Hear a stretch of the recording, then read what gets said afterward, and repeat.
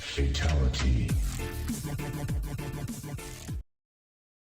How's it going, guys? Dynamic Entry here. JP Dokkan Battle just recently released the Pikkon or Pikkon Super Strike event, so the Agility SR Pikkon. I'm just going to call him Pikkon from here on out, but Pikkon is also fine.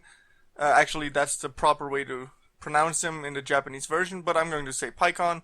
So, SR Pikkon, the Agility one from the Strike event, got a Dokkan Awakening in his Super Strike event. It's very similar to how the other Super Strike events work. You have a team cost limit of 100, and you gotta construct your team and your friend around that team cost limit. So what I want to do in this video is have a look at this new Pikkon SSR Dokkan Awakening, and I also want to compare it to the original Pikkon that we got during the Gogeta banner, because that one is coming out soon in global, so it might be worth checking out and comparing these two Pikkon SSRs. So let's just jump right into it. So of course, as you can see on the left here is the Super Strike version. He's an agility type card, and the Pikkon that comes out during the Gogeta event is a TEQ type card. Now in terms of stats, the summonable one is obviously a lot better. The Super Strike Pikkon has 7,800 HP, which is decent. It's not very high, but it's decent.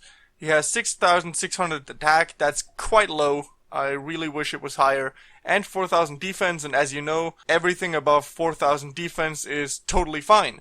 On the right, we have the TEQ Pikkon, 8,500 HP, that's great. 7,100 attack, that's still kinda low. And then 4,500 defense, which is great.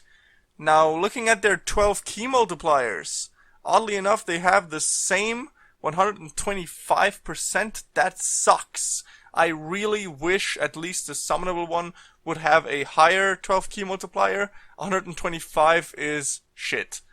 You want at least 130. Actually, I'd still complain about that. 135 would be decent, and 140 is when it starts to get good. Now, they both do Hyper Tornado for their super attack, which in case of the Agility Super Strike version does huge damage, I believe.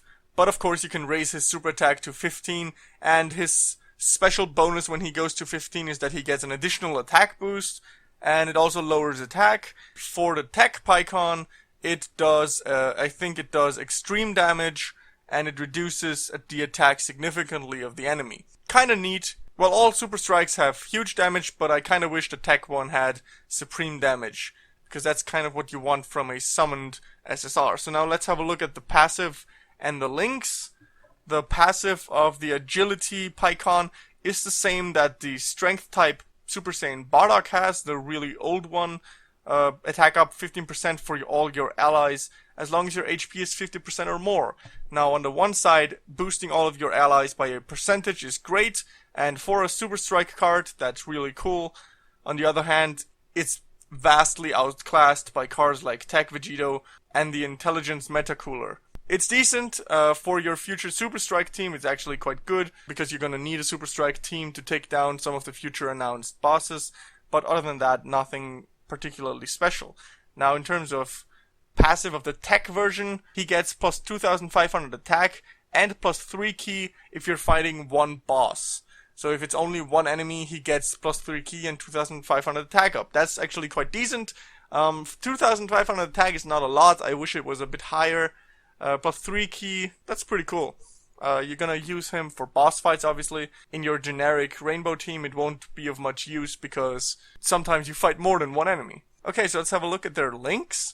Gentleman is a interesting plus 2 key link that is not very much used. Whis has it, so if you want to link him up with Whis, he actually links with the TEQ Whis through both Gentleman and Shocking Speed. So Pikkon, strangely enough, links really well with Whis. Now, Calm Judgment, Brain Faction, those are all kinda weak attack up links, don't really care about them. Then the Agility Pikkon has what's called Assault here, and it's called Bombardment in the global version. This is the Strike event link. It links up all the Strike characters, and for your Super Strike team, that's great. But of course, outside of this Super Strike team, you're not gonna see this link, so not particularly great. Shocking speed, of course, fantastic key link, +2 key. That alone makes him kind of worth it. Then we have strongest duo on Earth, I think it's called in global. Warrior of Veteran here. Links some characters for a few percentages in attack, but the cards in it aren't that great. Now the Soul vs. Spirit link is the link for the Cell Dokkan Festival, but he is an agility card, so you're not going to use an agility card in a TEQ boss battle unless you're crazy or desperate for this link. And really the link isn't all that great to begin with, it's just +1 key, and Cell's regeneration is not all that much of a problem anyway. And then of course Super Bombardment, the link that links up all the Super Strike cards. So if you're going to play a Super Strike team, I think this is a great card to include in it, because of course he has all the links, and he also has a nice passive that synergizes well with them. Actually, strangely enough, the Super Strike version here has significantly better links than the summonable TEQ one. The TEQ one really, I mean, he has Gentleman, he has Shocking Speed, which is decent, but all of the rest of his links are kind of meh. You don't really want those. However, in terms of passive, leader skill, super attack damage, and stats, the summonable TEQ Pikkon is significantly better, and that's as it should be. I don't want free SSRs to beat out the purchasable ones. However, I like it when the free ones are not significantly weaker.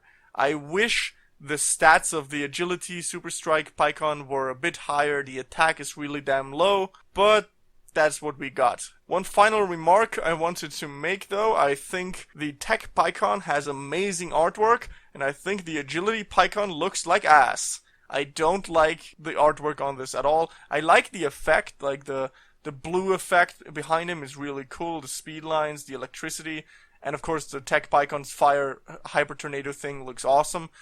But, I mean, something is just wrong about the way his hand is drawn on the left here, and his face. I just don't really like this artwork. But overall, Dokkan Battle has fantastic artwork, so it's okay if there's one kind of slip up. Alright, so that's my opinion on the new Agility Pikkon and also the old TEQ Pikkon. Both of them are worth having in your box, but none of them are must-haves unless you're aiming for the Super Strike team for future bosses. So, and you should probably aim for that. So farm up your Pikkons ahead of time in the global version, and if you're playing JP, farm out that Agility Pikkon Super Strike card. Be sure to like, comment, and subscribe for more videos like this one, and check out my channel for all the other kinds of videos that I make, and I'll see you in the next video that I'll make.